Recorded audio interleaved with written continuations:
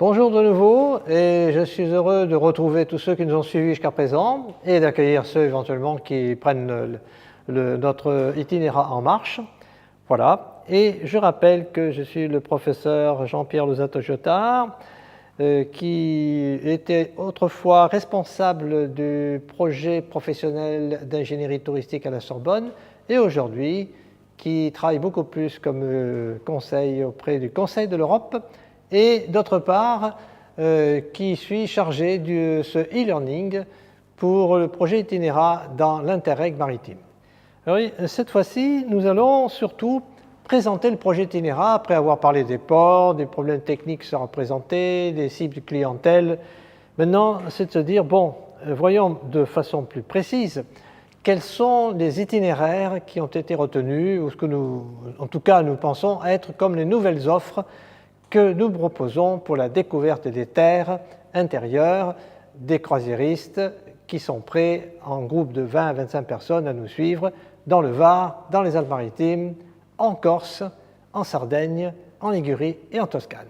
Voilà donc la présentation globale du projet Itinera. Nous voyons que Itinera a des objectifs, mais des objectifs sans résultat, ça ne va pas très loin. Et ce qui nous intéresse surtout, c'est d'une part de bien cibler les objectifs d'Itinera et de voir quels sont les résultats qui sont attendus. D'abord, des objectifs professionnels, en effet. Tout ça, ça s'adresse à tous les professionnels qui nous suivent dans cette aventure. Et il faut savoir que dans Itinera, les groupes de travail ont déjà mis en place, nous en reparlons d'ailleurs plus loin, un certain nombre d'éléments qui sont indispensables à suivre si l'on veut participer à Itinera. Il y a d'abord un ensemble de prérequis. Ces prérequis, nous en parlerons beaucoup plus loin, vous verrez, et qui sont au départ de toute tentative de participer à Itinera. Et puis, il y a des standards de qualité. Alors, les standards de qualité, je suppose que vous en connaissez.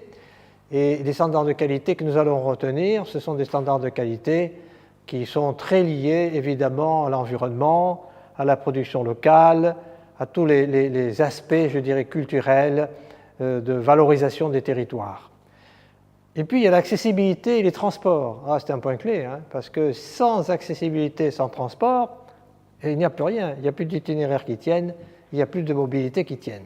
Or, ces problèmes d'accessibilité et de transport, nous les avons déjà évoqués dans la session précédente, à propos des ports, l'accessibilité que nous avons d'arriver et de partir des ports, l'accessibilité aux quais, l'accessibilité aux navires, et puis tous les types de transports qu'il nous faut, car il y a des transports qui sont des transports en commun, soit par exemple des bus ou alors des minibus, tout va dépendre du nombre de personnes que nous devons amener sur ces itinéraires.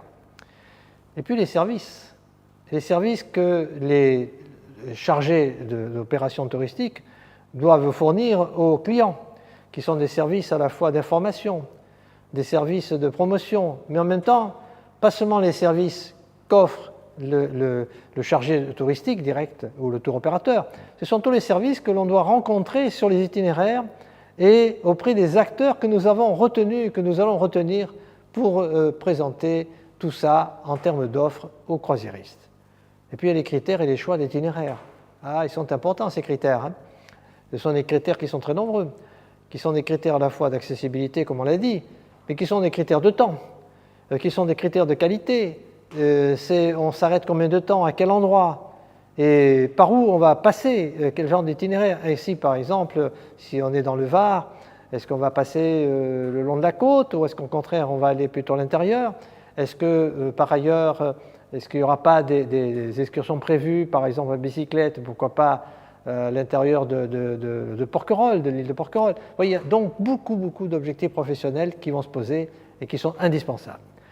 Quant aux résultats, les résultats qu'on attend, c'est quoi? C'est qui?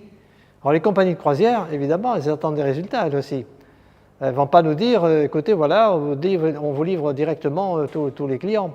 Les compagnies de croisière, qu'est-ce qu'elles attendent de nos propositions, de nos offres? Et il va falloir travailler avec elles, car c'est par elles que, évidemment, on va pouvoir faire nos propositions, nos offres.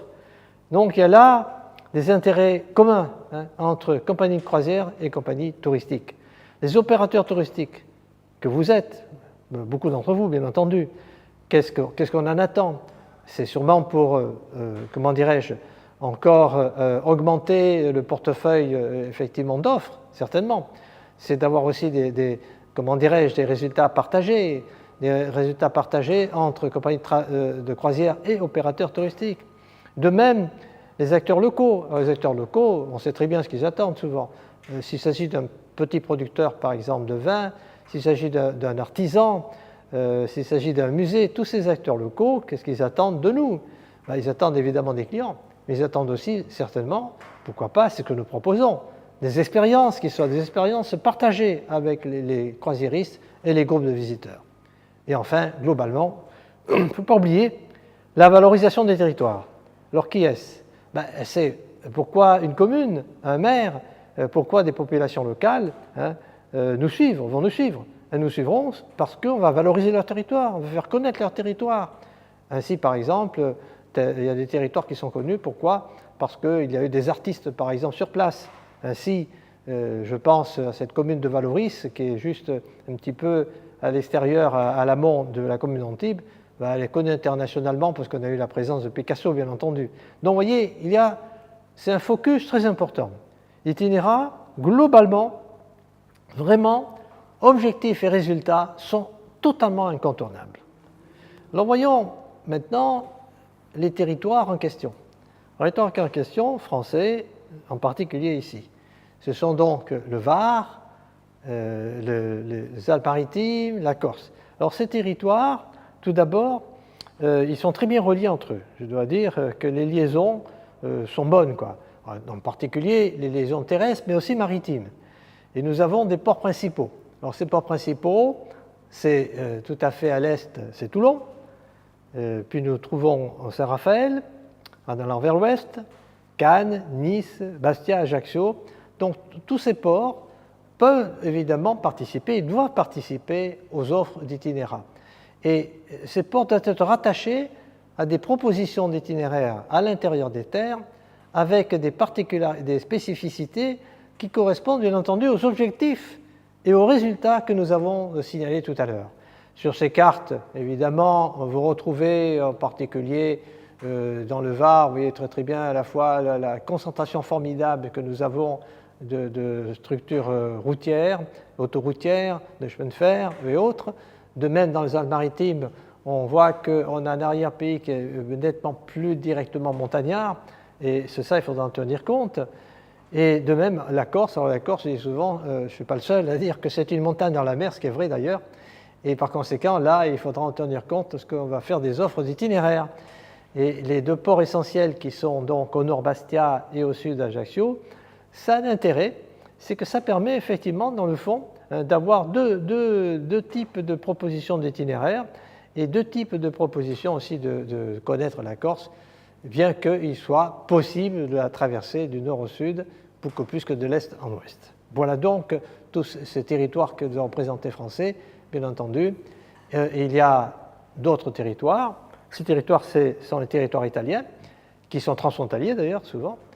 Et nous voyons par exemple sur la partie gauche le territoire de la Ligurie. Alors la Ligurie, elle a ceci de particulier, c'est une sorte, vous voyez, de demi-cercle, si je veux dire, une espèce de demi-cercle. Ça me rappelle d'ailleurs presque le dessin d'un chapeau de Napoléon, vous voyez, c'est vraiment intéressant, d'autant plus qu'on sait qu'à l'île d'Elbe, il y a eu Napoléon. Alors la Ligurie, évidemment, c'est un cœur central quoi, pour nous, puisqu'il y a Gênes qui est le port principal des croisières, avec Savone à côté, et puis nous avons Livourne tout à fait de l'autre côté en Toscane, vers la partie ouest, et tout ça c'est relié. Alors l'avantage c'est que nous avons une liaison de tous ces ports et de toutes ces terres voisines, et ça permet évidemment très facilement d'imaginer, nous le verrons tout à l'heure, des itinéraires et des propositions à l'intérieur de tous ces croisements, si j'ose dire, de terre et de mer. Quant à la Toscane, il y a un peu plus vers la droite, là, la Toscane, elle a le port de Livourne, mais aussi le port de Santo Stefano près de Piombino, Et évidemment, ces ports aussi, ce sont à la fois des ports d'escale, hein, et du coup, on peut faire des excursions très intéressantes sur les terres intérieures voisines. Nous en parlerons un petit peu plus loin. Alors bien entendu, la Sardaigne qui serait au centre du dispositif, la Sardaigne, elle, il faut le rappeler, c'est une grande île, hein, c'est une terre importante. Hein. Il faut savoir tout de même bien prendre conscience que la Sardaigne, c'est 3 fois la superficie de la Corse, soit dit au passage. Donc c'est une île, une des plus grandes îles, hein, il faut le savoir. Et donc on ne peut pas gérer ça aussi facilement. Donc il y a des ports, il y a Cagliari, puis on peut aller au nord aussi.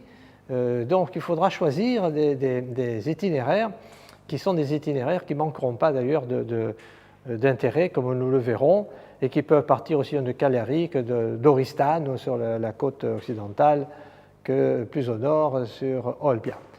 Donc voilà, tous ces territoires sont d'une grande richesse et ce serait vraiment dommage que les croisières s'arrêtent seulement, si j'ose dire, à l'embarcadère, au quai du port, alors que nous avons là des propositions à faire qui peuvent être des propositions vraiment de très grande passion.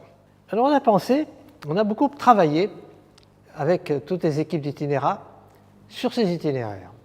Alors évidemment, ces itinéraires, ils sont particulièrement importants. Nous avons ce que nous appelons des macro-itinéraires, et ce sont des exemples. Alors macro-itinéraire, on va expliquer un petit peu de quoi il s'agit.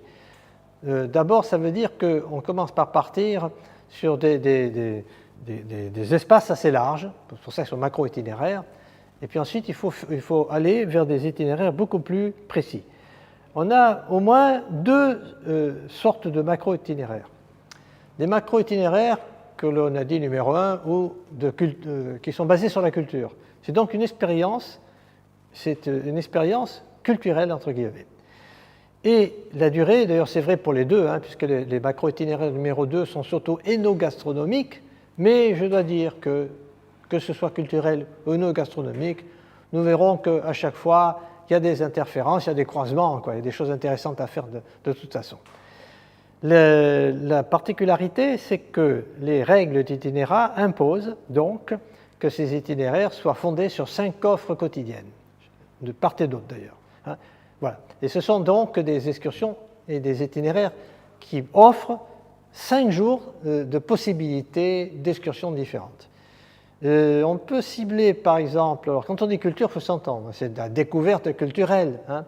Ce n'est pas seulement de voir des musées ou des sites antiques, c'est vraiment de faire des découvertes et de se déplacer. Alors c'est important, la mobilité doit être le plus possible d'une mobilité qui soit une mobilité écotouristique. Nous avons le cas par exemple de randonnée à vélo, pourquoi pas? Et ça, on peut le faire dans des secteurs géographiques comme le Sinis, en Sardaigne, dans la partie occidentale de la Sardaigne, vers Oristano par exemple. Mais on peut faire aussi de la randonnée sur l'île de Pocrol. On a prévu, il faut prévoir effectivement des randonnées vélo, des découvertes à vélo sur pistes cyclables ou tout simplement balisées et qui permettent soit à des individuels ou des familles de participer. Il y a aussi des centres de bien-être comme sur l'île de Pocrol avec le groupe Carmignac. Et puis il y a les saveurs, les découvertes des villes, de Bastia, la connaissance de Gênes, les lieux d'Étrusques, la découverte des caves, enfin il y a plein de choses. Ou la slow découverte, c'est-à-dire la slow découverte, on prend son temps. Hein. Et au lieu de faire simplement 2-3 heures de rapide pour visiter une ville, comme c'est le cas pour Gênes, hein, on va proposer effectivement des choses beaucoup plus particulières.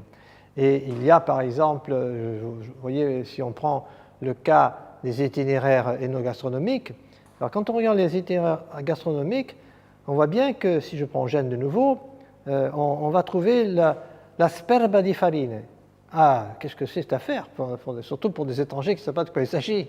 Eh bien, vous savez, Gênes, avec, je dirais, la farine, fait plein de choses. C'est-à-dire, dans la gastronomie locale, on fait des pancetta, on va faire des pizzas, on va faire un tas d'éléments qui sont très caractéristiques de la cuisine génoise. Et d'ailleurs, à tel point que il y a une sorte de, je ne dirais pas de label, mais de reconnaissance. On appelle cette cuisine fondée sur la farine blanche, c'est pour ça que c'est blanc, on appelle ça l'arte bianca mediterranea. c'est-à-dire l'art de la farine méditerranéenne, l'art de la gastronomie blanche méditerranéenne. Et de même, si on prend du côté français l'itinéraire qui nous amènerait depuis Toulon, voire de Saint-Raphaël, vers les gorges du Verdon et Ops, donc vers le fameux canyon du Verdon, qui, je le rappelle, c'est le premier canyon d'Europe, qui permet d'avoir des paysages fabuleux, avec des falaises très importantes, avec un torrent, c'est-à-dire une rivière qui coule le Verdon, quelquefois dans des sites très étroits, mais qui peut être aussi découvert à partir de petites barques avec des guides spécialisés. Alors il y a aussi la gastronomie. Il y a des chefs célèbres qui sont là et qui permettent à une population, en tout cas à des gens qui veulent faire cette expérience de cette gastronomie locale et en même temps de très haut niveau, d'y participer. Et les jardins naturels que vont trouver aussi bien sur la côte varoise qu'en Corse, on trouve tout ça. Et on voit bien que tout ça c'est riche, quoi. Alors, le problème, c'est que quand on a on l'a fait aussi pour la Toscane, je ne vais pas l'oublier, en Toscane aussi, on a découvert des grandes exploitations, ou des petites exploitations très particulières, viticoles, formidables d'ailleurs, qui sont d'ailleurs quelquefois très grandes, et qui font aussi comment dirais-je, des œuvres, je dirais, littéraires, quelquefois des soirées de concert et autres. Donc vraiment des choses très particulières. Vous voyez, culture, gastronomie, tout ça se mélange un petit peu, et je tiens à le signaler. Et quelquefois, on a des petites niches très, très petites, comme c'est le cas, par exemple, près de Nice, de ce vignoble de Belley, qui est un vignoble aujourd'hui de quelques 150 hectares, c'est pas énorme, et qui a là une production très particulière. Alors, en ce qui vous concerne, la question, ce serait de dire, vous voyez, quelle est votre sélection? Vous, est-ce que là-dedans, vous êtes déjà participant? Et dans le fond, à partir de quel port vous travaillez, quoi? Est-ce que vous avez déjà des produits, des choses à sélectionner, ou est-ce que vous pensez que là-dedans, vous avez des choses à prendre et que vous voulez en savoir plus? Alors, pour en savoir plus, je m'explique. Là, les macro-itinéraires et tout ce qui touche, si j'ose dire, les grands objectifs, les grands résultats qu'attend Itinéra, vous les avez là en face de nous. Alors ça, c'est vraiment, je dirais, le fondement. Mais ensuite, quand on va aller en pratique, attention, pour pouvoir avoir des choses expérientielles très différentes, il va falloir suivre un certain nombre de choses plus contraignantes. Par exemple, si je prends les saveurs, il faut savoir s'il y a des labels de qualité. Il va falloir travailler sur la connaissance réelle sur place de ce que l'on propose aux clients. Est-ce que, par exemple, il y a des produits DOP, des produits DOC? Vous voyez, il y a tout cela qui rentre en ligne de compte. Et nous allons voir que là, il y a des contraintes qu'on va souligner beaucoup plus loin avec les lignes directrices, quand nous aborderons les lignes directrices d'Itinéra, qui sont, elles, encore plus précises, je ne dirais pas contraignantes, mais plus précises, pour que vraiment l'expérience soit authentique et passionnée, quoi.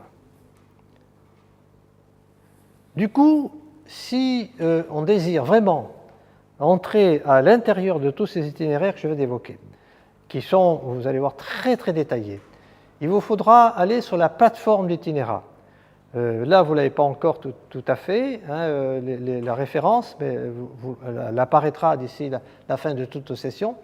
Cette plateforme d'Itinéra permet, pour ceux qui sont intéressés, d'aller prendre en détail tout ce que j'ai présenté dans les slides précédents. Vous aurez vraiment tout le détail de tous les lieux, des villages, des acteurs et des groupes partenaires. C'est-à-dire les focus groups, ce sont les groupes partenaires. Vous avez donc sur cette plateforme une grande richesse et en même temps une approche très pratique, puisque sur la plateforme, vous allez pouvoir tout retrouver de ce qu'on a présenté de façon un petit peu parfois rapide, évidemment, et pas forcément totalement détaillée. Et cette plateforme qui vous permettra de retrouver aussi tout l'e-learning dans les différentes sessions que nous avons abordées. Voilà donc ce que je voulais surtout dire aujourd'hui, c'est que dans Itinéra, on a vu dans les sessions précédentes qu'il fallait donc manager très très bien les clients, les armateurs et savoir donc comment les ports fonctionnent et comment on y accède et comment on va amener les gens. Mais ensuite, il y a tous ces aspects-là très importants des résultats et des objectifs d'Itinéra qui sont indispensables, que vous allez retrouver sur la plateforme, mais surtout sur les plateformes, vous allez aussi retrouver, sur les sessions que nous verrons plus loin, vous allez retrouver tout ce qui est important en termes de ligne directrice qui va permettre vraiment de mettre en route les différents itinéraires que nous proposons.